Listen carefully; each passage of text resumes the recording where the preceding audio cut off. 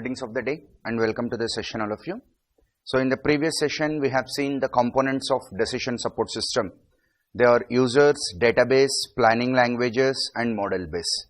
Now let us turn to another very important information system, that is executive information system. So write a short notes on executive information systems and explain EIS components. See, this executive information system is also used by top level managers for taking strategic decisions. And this executive information system is like decision support system, but it offers more kind of information and more detailed and analytical information compared to decision support systems. Okay. See, an EIS is the nature of information system used by executives to access and administer the data they need to make informed business decisions. See, whatever information system we are talking about, these all information systems always provide data and information for decision making only, whether it is decision support system or MIS. Of course, TPS is different. TPS is for handling the transactions, whereas this EIS, DSS, MIS, these are all helpful for making perfect decisions. Okay, that we need to understand. And as per the business dictionary, EIS is not a piece of hardware or software, but an infrastructure that supplies to a firm's executives up to the minute operational data gathered and sifted from various databases. That means this EIS is not a simple hardware and software, but executive information system is a kind of thing which sifts, means which filters the data from various databases. Like operational databases, a company will have marketing database, inventory database, HR database, customer database. Each and every company will have lot of databases, and we need to filter these databases and we need to provide actionable information. See the word what I have used here. The most important thing is actionable information. Okay? Actionable information. This is the main purpose of any information system. That means it should provide an information which is helpful for the people to take right kind of decisions, to make right kind of decisions and actions. And the typical information mix presented to the executive may include financial information. See, because if you are a manager of a company, definitely you wanted to know the financial affairs of the company, the financial information, the work in process, inventory figures, sales figures, market trends, industry statistics, and market price of the firm's shares. So this is all very much valuable information to the manager before making a decision. So now executive information systems provide all these kinds of data and information to the executives who are going to take decisions. Okay. It may even suggest what needs to be done, but differs from a DSS in that it is targeted at executives and not managers. So executive information system is targeted towards executives, not managers. And it is a tool that provides online access to relevant information in useful and navigable format. That means we can use this executive information systems even in online mode, not only in offline mode. And an EIS normally features graphical displays. See, it will be very difficult if data is presented in a tabular format or in a paragraph format or in a textual format. So it will be very easy if the data is presented to the executives using pictorial formats like pie diagrams, line charts, bar graphs. So this EIS systems will have a facility to provide information in a graphical format so that you can easily understand a graph rather than going through a very lengthy table. Okay. And EIS can be used in many different types of organizations to monitor enterprise performance as to identify opportunities and problems. See, every person wants this, no? Because we wanted to know what opportunities we have, what problems we have, and how can we deal with them. So EIS provides information to understand the problems and issues that are faced by the organizations. EIS provides rapid access to timely information and direct access to management reports.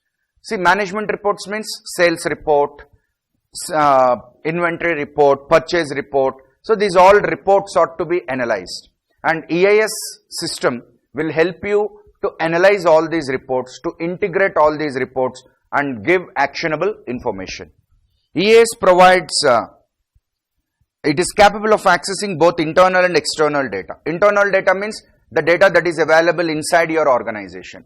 External data means data that is related to different factors like social, technological, legal, political, economic.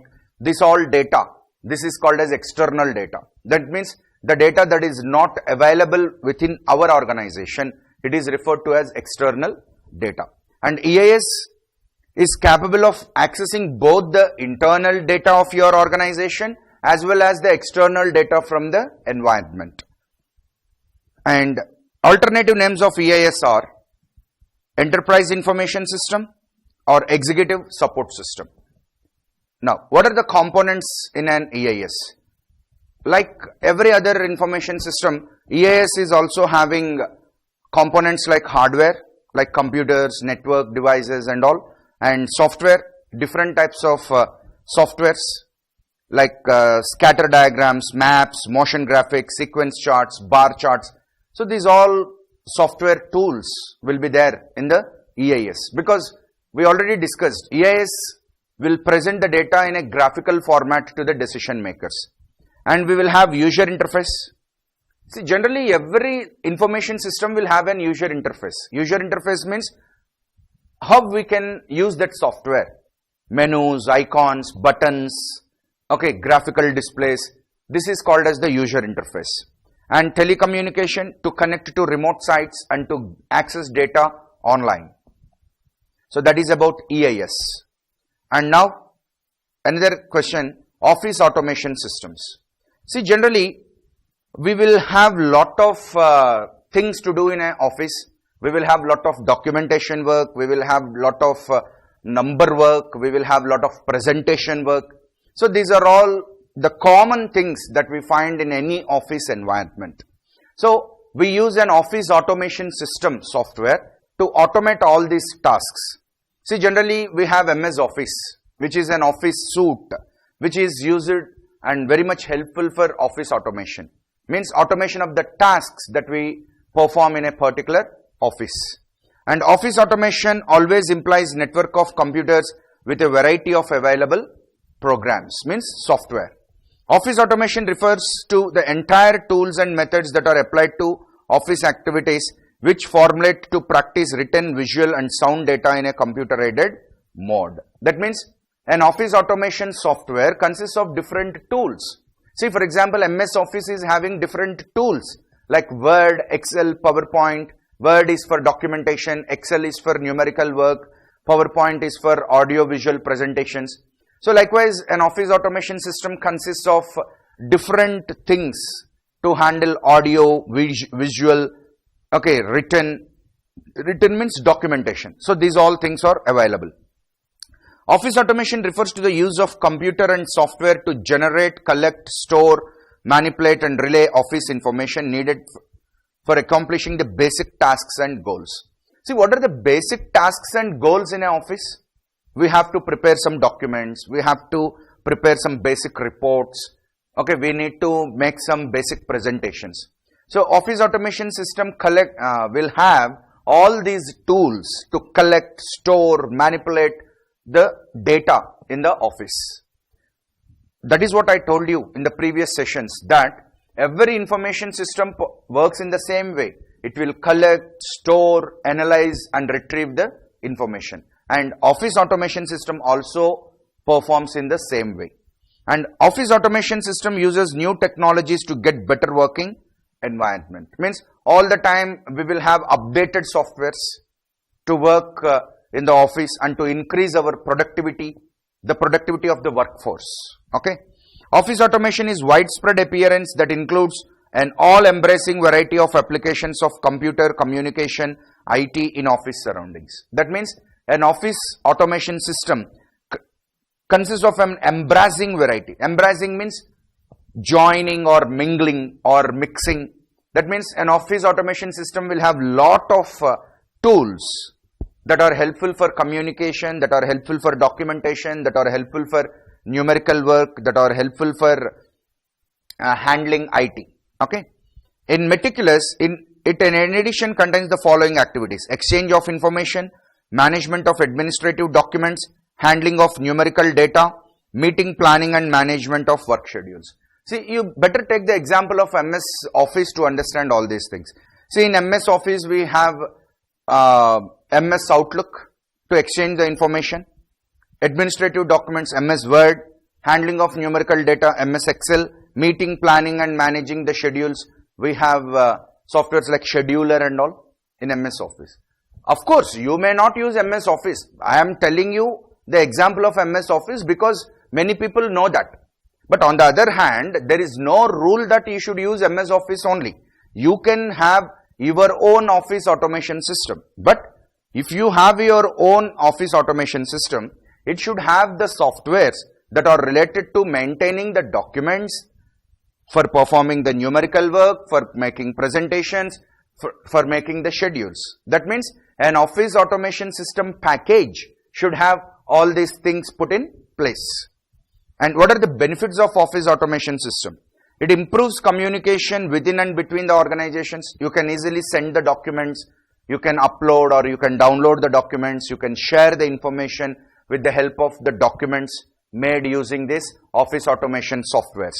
And accuracy of communication will take place and reduce the cost of communication, because you need not take printouts. You can directly send the documents in through mail to others, so that definitely the cost of communication comes down and reduces the time, because we have lot of editing tools. So that instead of retyping the things once again, you can simply cut, copy and paste, so that it will definitely reduce the time of doing the work and increases your productivity. That is what Microsoft tells. Microsoft wants to improve the productivity of the people by using its softwares. See, whenever we use some software, definitely our productivity will increase, because within less span of time we can do more work because of the tools that are present in the software. Okay. And what are the examples of office automation systems? So this part is important, already asked in some RTPs and MTPs.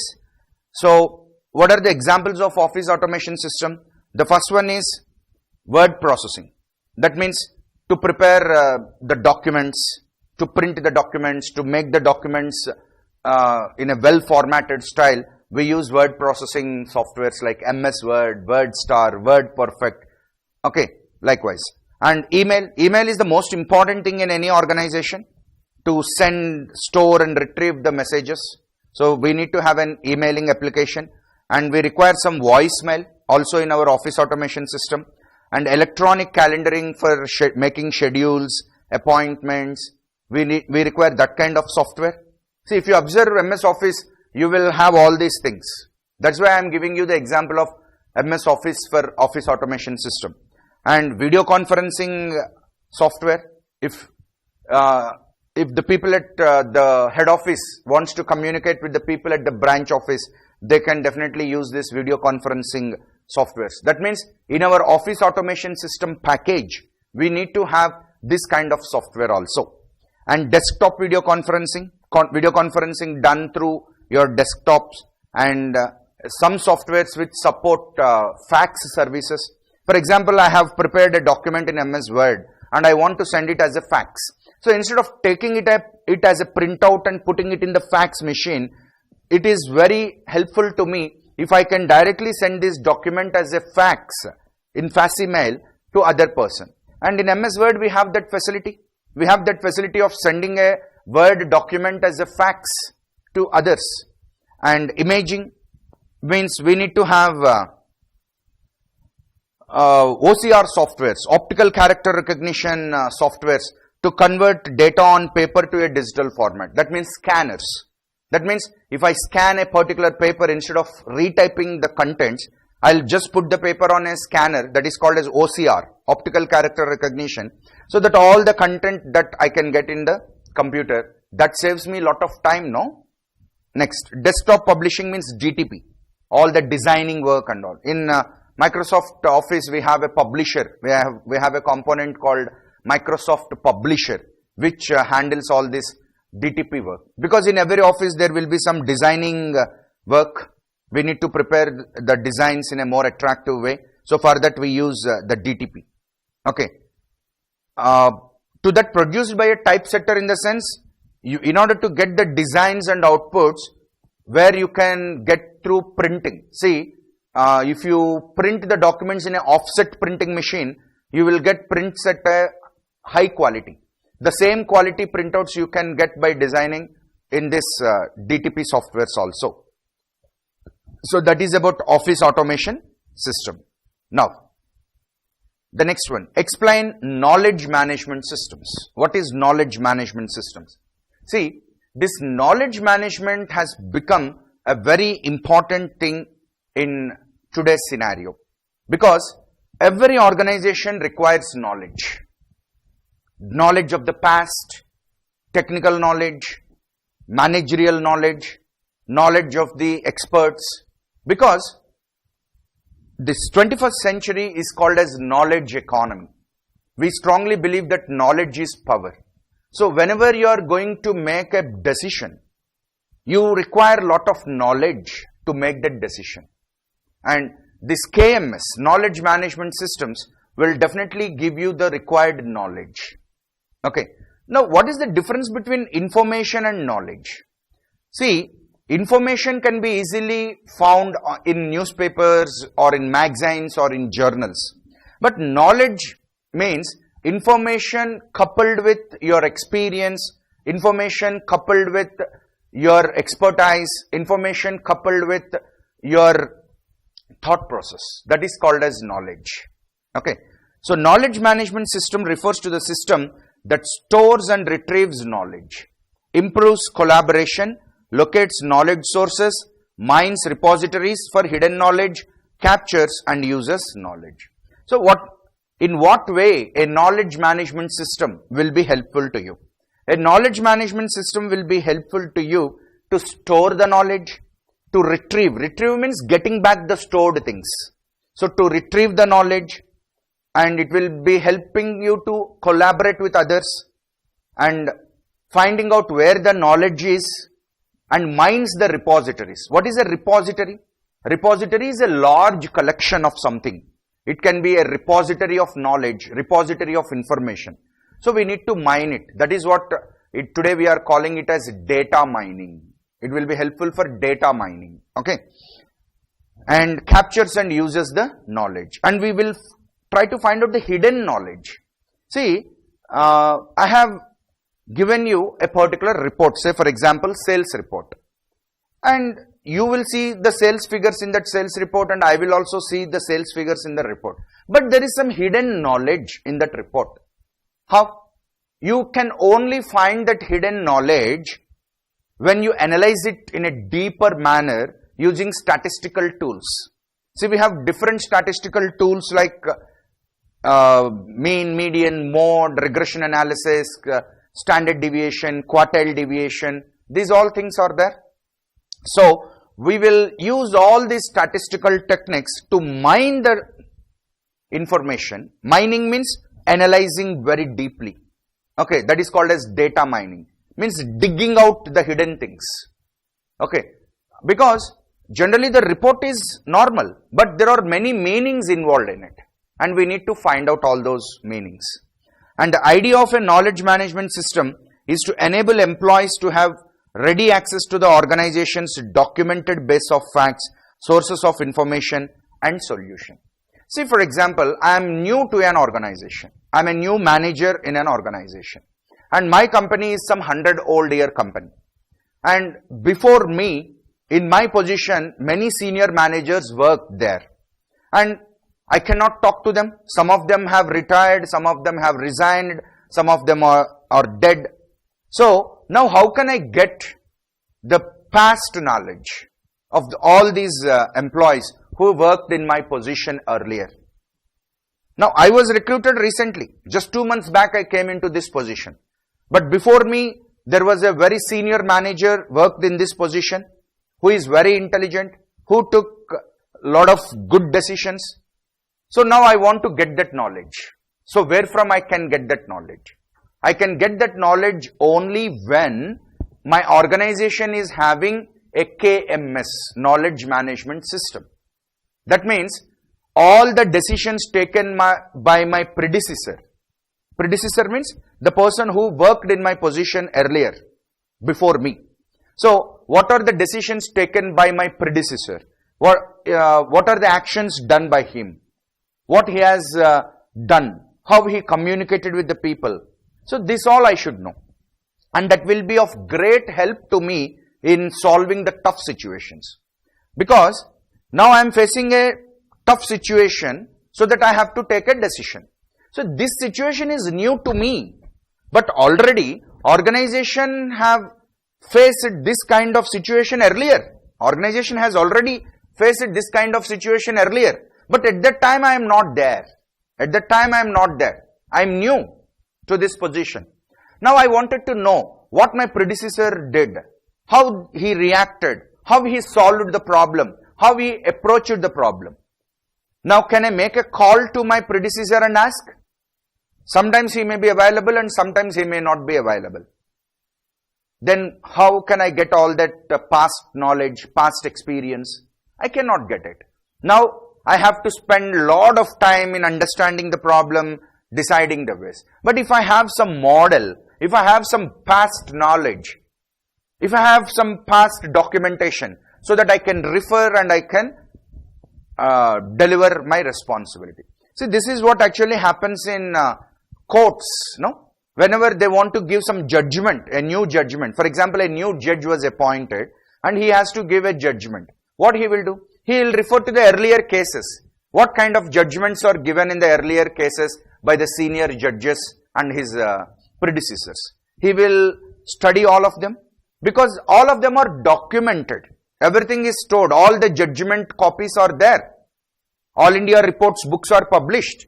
Now the judge refers to those cases so that he will get a lot of knowledge and accordingly he can take decision in the current situation. See, all the time we require some reference, we require some guidance from the elders, from the seniors, from the predecessors. How can we get that?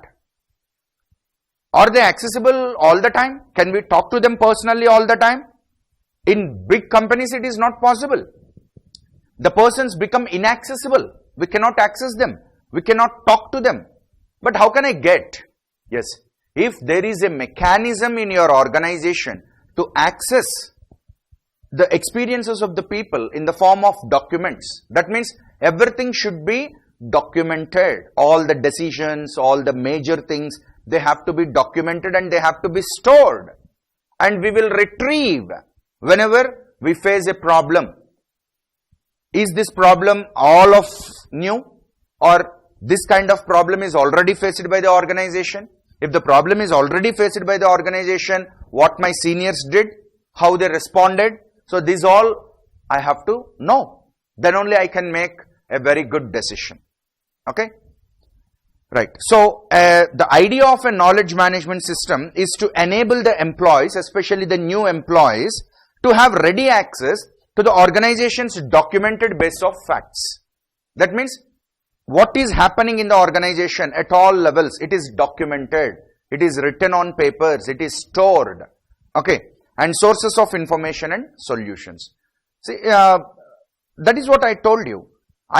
This problem is new to me, but it is not really new.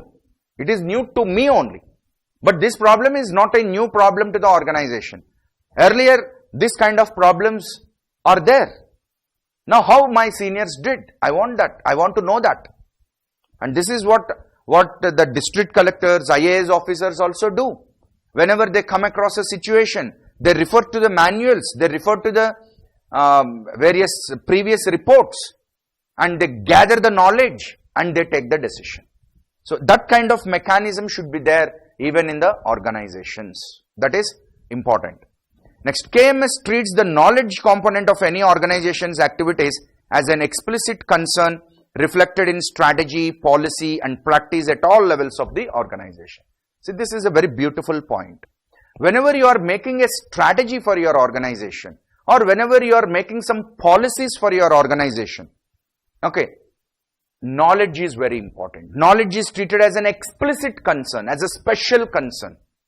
Knowledge should be given a lot of importance, especially the previous knowledge, the knowledge of the seniors, the knowledge of the predecessors, the knowledge of the elders, the knowledge of the experts. That has to be given utmost importance in making the strategy, policy or any practice of your organization. That means importance to knowledge is the most important idea behind knowledge management systems. KMS maintains two types of knowledge. See, if you have a KMS in your organization, that means a knowledge management system. What do you mean by that knowledge management system? See, we can simply think that Wikipedia is a kind of knowledge management system. If you want to learn about anything, you can log into Wikipedia and you can find out some info, some knowledge, or it can be a discussion forum like Quora.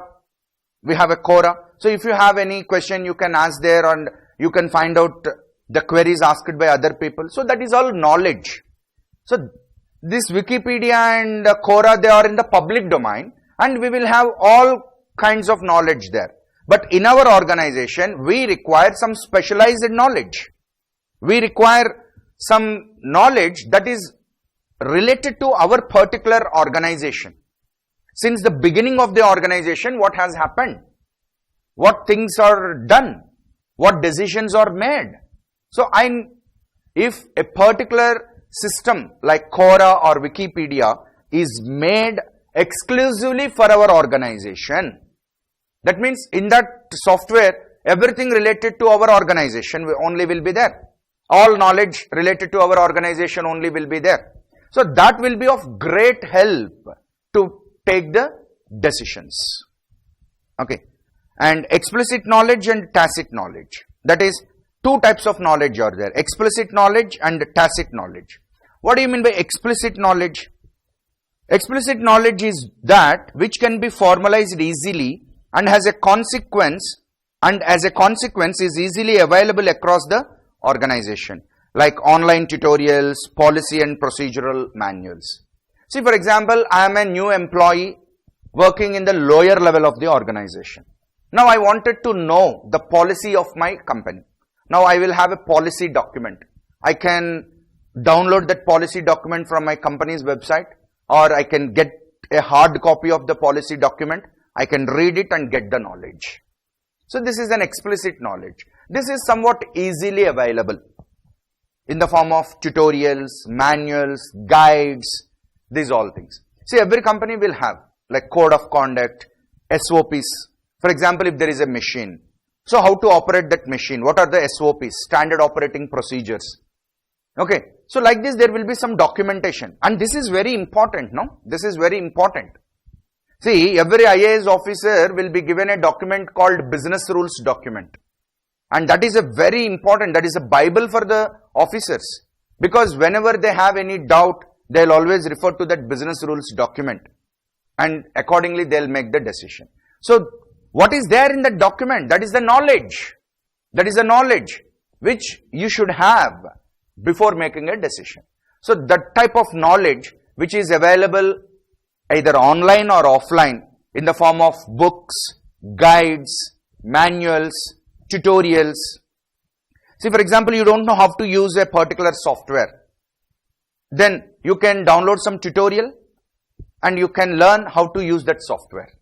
So this is all knowledge only. Okay, but you should not think that, sir, I can download the tutorial from online. No. Your organization may be using a software which is not generally used by many other organizations, or which is not generally available outside. Or you may be doing some calculations which are very specific in your organization. So at that time, you require some tutorials. Okay. And second one is tacit knowledge.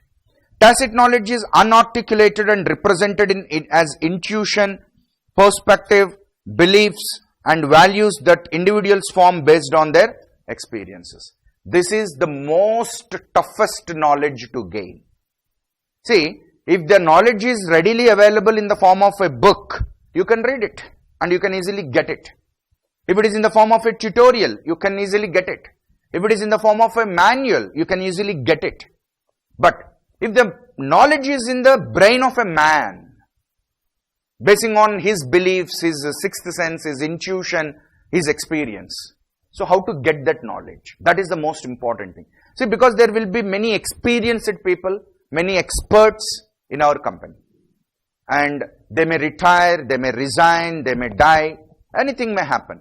So if we lose that person, we are not only losing that person, but we are losing lot of experience, we are losing lot of knowledge, which is tacit in them, which is unarticulated. Articulated means well planned, well presented, that is called articulation. Unarticulated means not presented. See, for example, a very senior manager is there, he has lot of knowledge, he has faced a lot of challenges and he successfully faced all those challenges. He has a lot of experience in him, but he has never written any book. He has never put anything on paper, but he has a lot of knowledge. So that is an unarticulated knowledge. That knowledge is not presented anywhere in the form of a book or an article or a thesis or a paper. It is never made into black and white. It is unarticulated. It is there in his brain. He has a lot of experience. So that is called as tacit knowledge. So this is the toughest part. What is available in book, magazine or journal or online tutorial, everyone can read. That is not a problem. But how will you get the experiences of the people who do not articulate them, who do not put them on paper? Okay. So it is personal, experiential, experimental and context specific. So this tacit knowledge is personal. Everyone will have his own knowledge, which he learnt from different situations. And it is experimental. That means by doing a lot of experiments, they learnt all that knowledge. That is not easily available. That is not easily accessible. Only you can find from them. And it is context specific, like hands-on skills, special know-how, employee experiences. So this all knowledge also we should try to grab. See, today we have a lot of technology. You can interview the person so that he will express his knowledge. You can have a visual presentation on him. You can ask him to give an interview. You can ask him to make a tutorial so that his experience and knowledge is shared with others. See, today it is not possible for everyone to learn from the scratch, no? So that is the reason we have to see what Albert Einstein said once. I could see far away in the field of physics because I have climbed on the shoulders of my elders. That means what? He told that I did not learn everything from scratch. I learned what my predecessors have done within a short span of time so that I find a lot of time to do research. See, if I have knowledge of my elders and predecessors and if I can get it in a capsule form, in a simple form, that is of great help to me. Because if I want to develop that knowledge personally, it may take a lot of time. But if it is available in a ready-made format, in a capsule format, so that I can easily swallow the capsule. That means I can easily get the knowledge and I can work in an efficient and effective manner. So that is the idea behind knowledge management systems. And right about knowledge discovery and data mining. See, today we have data mining softwares all around. Now, entire business world is running on data only. Data mining, big data, data analytics, data science. Because every organization wants to mine the data. It wants to get competitive advantage in the market. Strategic management talks about competitive advantage. Means winning over your competitors. That requires data. That is why don't think that SM is different, IT is different. Who said like that? SM and IT are connected subjects. For strategic management, IT is the most important thing. Because IT is the supplier of information. It is the enabler. It is a supplier of information. to make strategic decisions. That is the grand relationship between IT and SM. Okay. And knowledge discovery and data mining deals with the ways and means of capturing and making obtainable knowledge of the experts to others in electronic form. So what do you mean by knowledge discovery and data mining? See, we apply different tools and techniques to capture the knowledge from the experts, and we will try to store them by typing in the documents, or we will capture their interviews and we will try to store them in a visual format as videos, and we will give it to the next generation. We will give it to the newcomers so that the newcomers find it easy to work and their productivity increases, because once they watch all these videos, once they read all this stuff, then automatically they will have very good knowledge. Okay, then they can work in a more productive and efficient manner.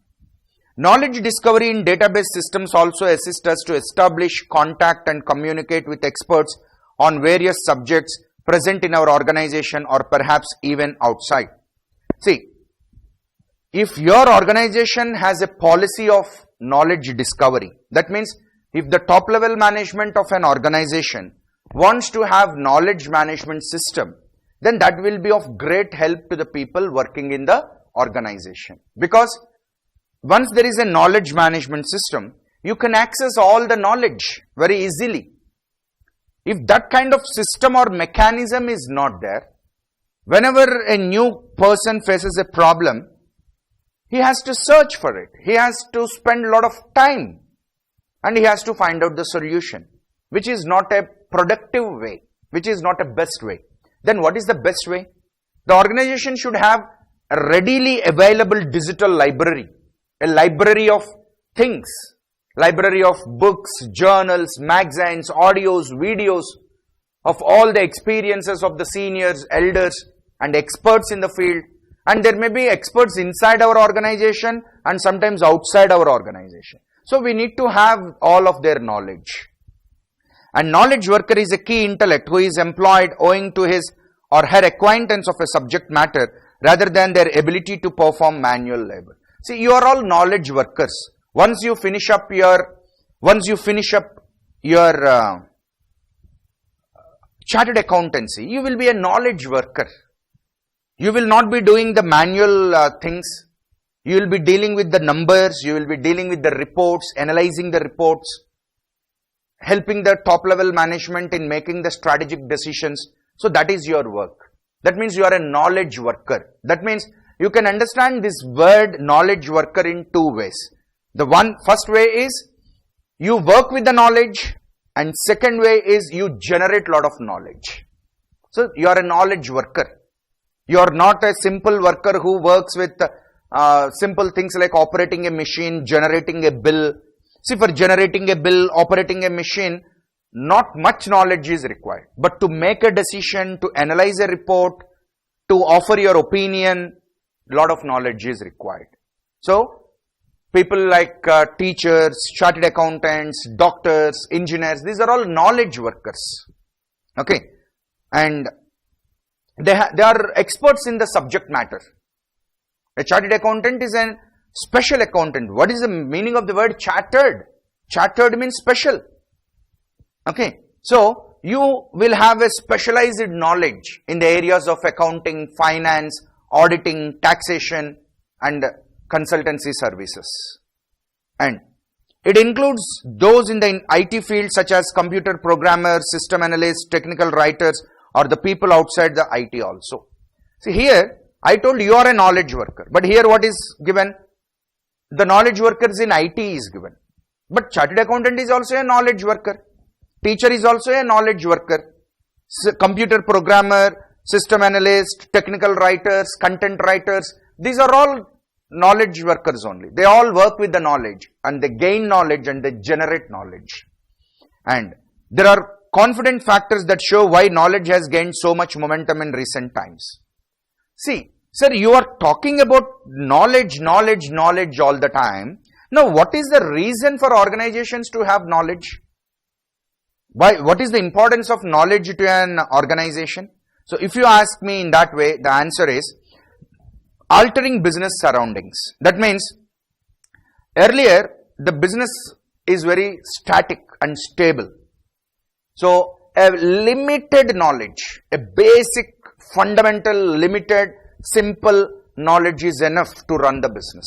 But today, the situations are so dynamic, turbulent, uncertain. There is a lot of overriding competition. Okay, so definitely today we require a lot of knowledge to handle the turbulent, uncertain business environment. Okay, so previously the business environment used to be stable one. So the people of any organization naturally become knowledgeable over time. Yeah, that is a very beautiful point. In the earlier days, slowly you can gain the knowledge. There is time. But today, that is why I used the word capsule. See, if I eat all the leafy vegetables, fruits, I'll get all the nutrition, vitamins. But if I want to get them in a faster manner, I have to take a capsule. So likewise, earlier there is a lot of time to experiment, to learn by doing. But today, the time is not there. So that's why we need to have ready-made sources of knowledge. Okay. They are absorbed and hang out knowledge about company's product, service, its market, customers, competitors, etc. See, what is the knowledge inside a company? Knowledge inside a company means knowledge about the customer, called as customer knowledge. Product knowledge, knowledge about the product. Okay. Competitor intelligence, competitive intelligence means intelligence or knowledge about the competitors. Suppliers knowledge, knowledge about the suppliers. This is what we are referring to knowledge in an organization. But now, a rapid change means speedy knowledge obsolescence. So need is there to manage it before it disappears without leaving it. See how beautifully it is said. Once upon a time, once you have some knowledge, you can use it for a long time. But today, knowledge is very fastly disintegrating. Knowledge is very fastly becoming outdated today. Okay. So now the situations are rapidly changing. The best knowledge of yesterday is becoming useless today. So we need to grab the knowledge and we need to make the best use of that knowledge before it becomes obsolescent, before it becomes outdated. Because today we have shorter life cycles. Any knowledge, it is not useful for a long time. So we need to use that knowledge only when it is useful. Okay? And that is the reason why knowledge is gaining a lot of importance. And second one is Burgeon connections. Burgeon connections means what? You need to make connections with people. You need to share the knowledge. You need to make strategic alliances. You need to make joint ventures. You need to make associations with other companies across the world. See, now AstraZeneca and Oxford University, they made tie-ups to make the COVID-19 vaccine. Because that is called burgeoning connections. Connections means connecting with people and sharing the knowledge. See, what is the latest mantra in the corporate world? The latest mantra in the corporate world is collaboration. We need to collaborate with the people. Earlier, people used to think that let us get all the knowledge. But today, that is not the case. You cannot get all the knowledge because today knowledge is very vast. So you cannot get all the knowledge. So what you have to do? You have to collaborate with the people. You have to connect with the people and get the knowledge. So Burgeon connections. Extremely dispersed operations, global expansion, continual change. None of these would have been possible if it is not possible to deploy knowledge officially and deliberately. That means if you don't have right kind of knowledge and if you don't know how to use the knowledge, you cannot expand your business globally. You cannot continuously change yourself according to the changing external environment. You cannot have a conglomerate operations. You cannot have multinational operations. That means in order to do business globally, in order to face the changes that are taking place in the environment, we definitely require knowledge. That is the importance of knowledge. And cheap computing has made it probable. Today, the computing, internet access is more. Today, you cannot cheat the customers. Today you cannot deceive the people. Today everything is available in the public domain. Everyone is accessing the sites. And if you do not gather and grab the information, your competitor will do. And he will get more competitive advantage than you. Okay. And IT is now transcendent to the user and is more accomplished of capturing knowledge. Now IT is accessible to the user. So you should make use of IT and develop your knowledge. The authentic interactive networks can put knowledgeable people in stroke through communication technologies. That means today knowledge is available online. We need not go to the people. Okay. The knowledge is available online. So you should connect to the world through internet and communication and grab that knowledge. And second one, globalization. It is putting heaviness on firms for innovation as markets are at the present release for new-fanged players and competition is stiff. Yes, today there is a stiff competition, a overriding competition. And definitely you need to have a lot of innovation. You need to think creatively. Because what is in strategic management you learned, what is the biggest drawback of globalization? The biggest drawback of globalization is you have to face the foreign competition in addition to the domestic competition. Isn't it? See, now the foreign player enters into your market with a lot of innovation, creativity in product technology. Now, if you don't get that knowledge, if you don't get that innovation, then you will be aside. You will be kept aside. You will lose your market share. You will get losses. So definitely that is why the 21st century economy is called as knowledge economy. See, Israel is the most powerful country. Why? What is the reason? Because they have a lot of innovations. They have a lot of knowledge. Today, here, what do you mean by knowledge? Knowledge does not mean who is the first prime minister of the country, who is, which is the largest mountain. These are not knowledge. This is basic knowledge. But knowledge means knowledge of the customer, knowledge of their product, knowledge of the technology, knowledge about resources. See, Israel country is having greatest knowledge in water because they have made portable water purifiers to purify the sea water and make it into a portable drinking water. That is knowledge. That is knowledge. That means they are having the knowledge to purify the water. And that is not easy. Getting that knowledge is not easy. It's a very tough task. So, about that kind of knowledge we are talking about. Okay. And the scenery of goods and services have changed. Now, companies have started selling knowledge in addition. Yes, companies have started selling knowledge in addition. See, earlier Ashirwad used to sell only atta. But now what Ashirwad is doing? It is also telling how to make different recipes using atta. That means it is also selling knowledge. Okay. And for a research lab or a software firm, not managing knowledge is similar to Walmart not managing inventory. What a beautiful comparison here.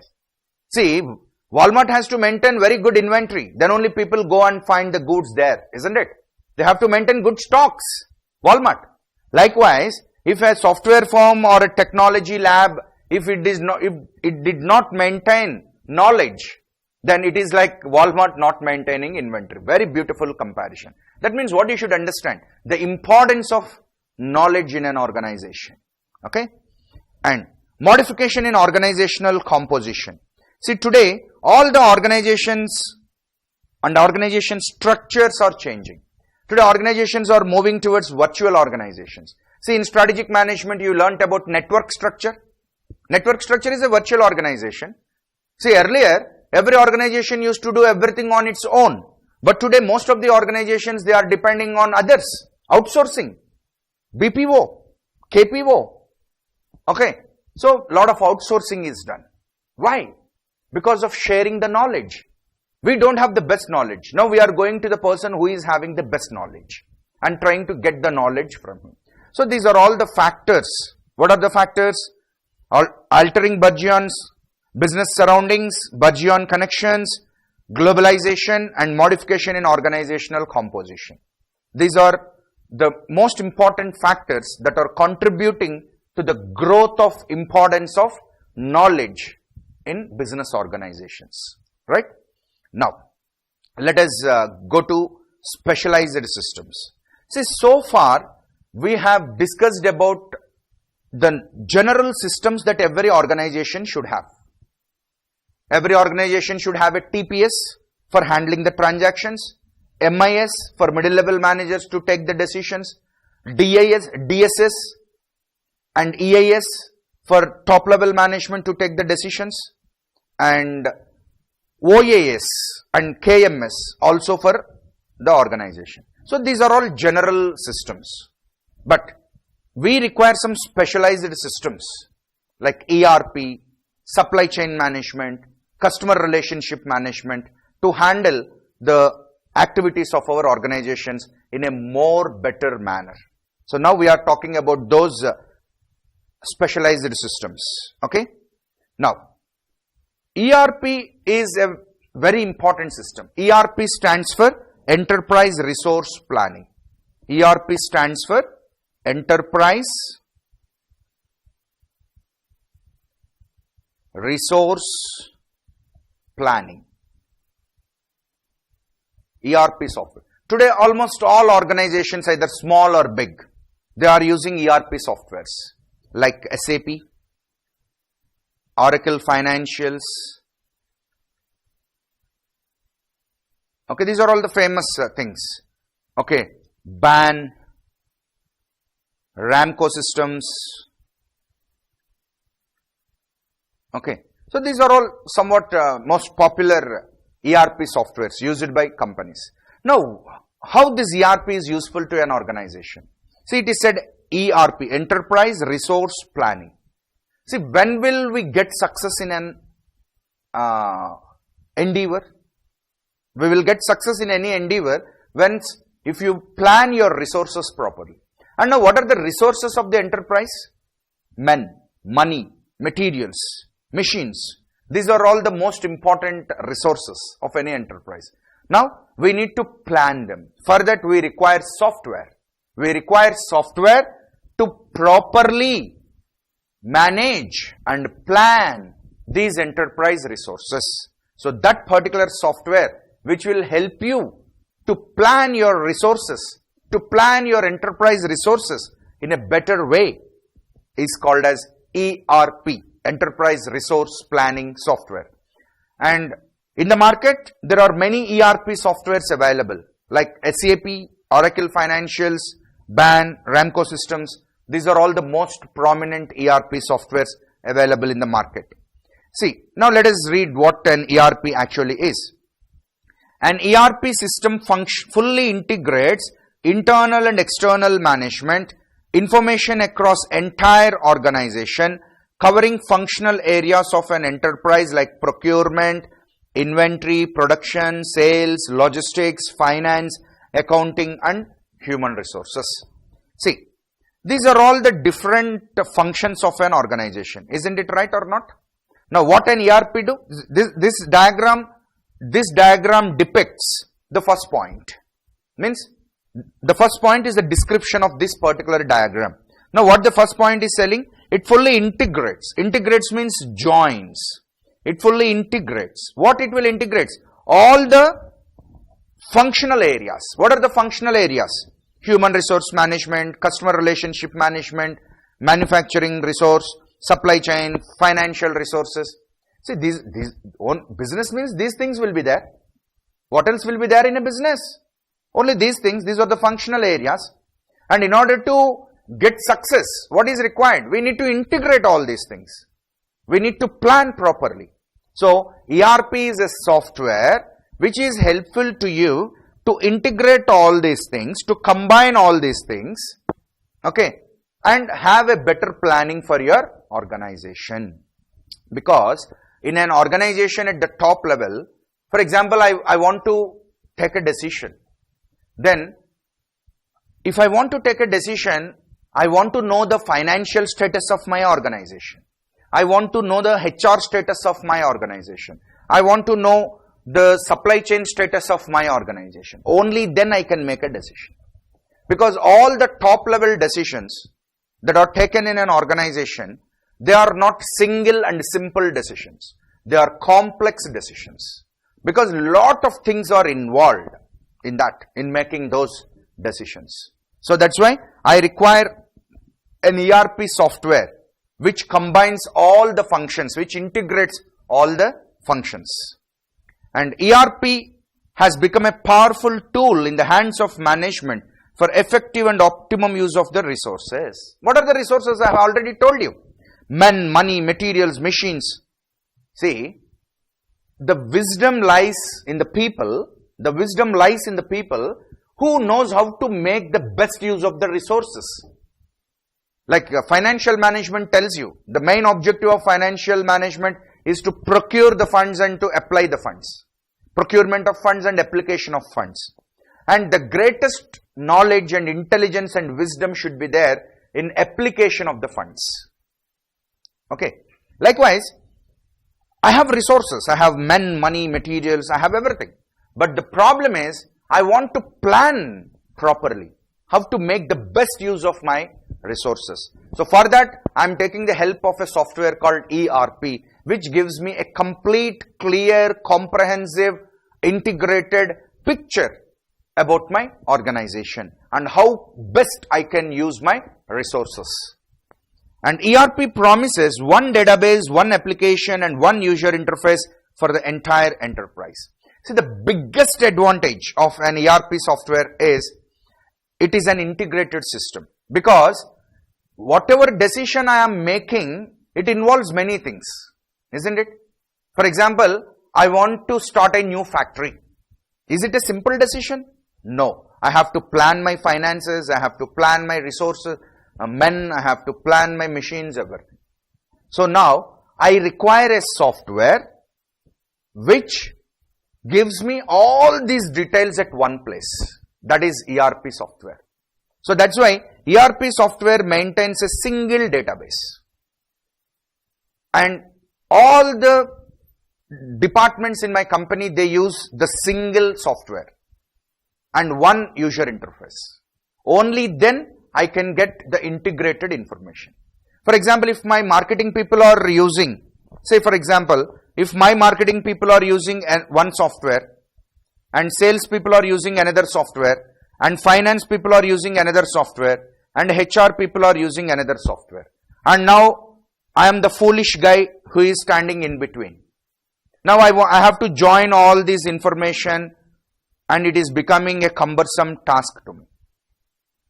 Because I have to get the information from marketing department, from finance department, from HR department and sales department. And I have to aggregate all of that. I have to analyze. This is all a big headache to me. So instead of doing like that, what I can do is I can use an ERP software which integrates everything. And now I can make use of this ERP software for better decision making.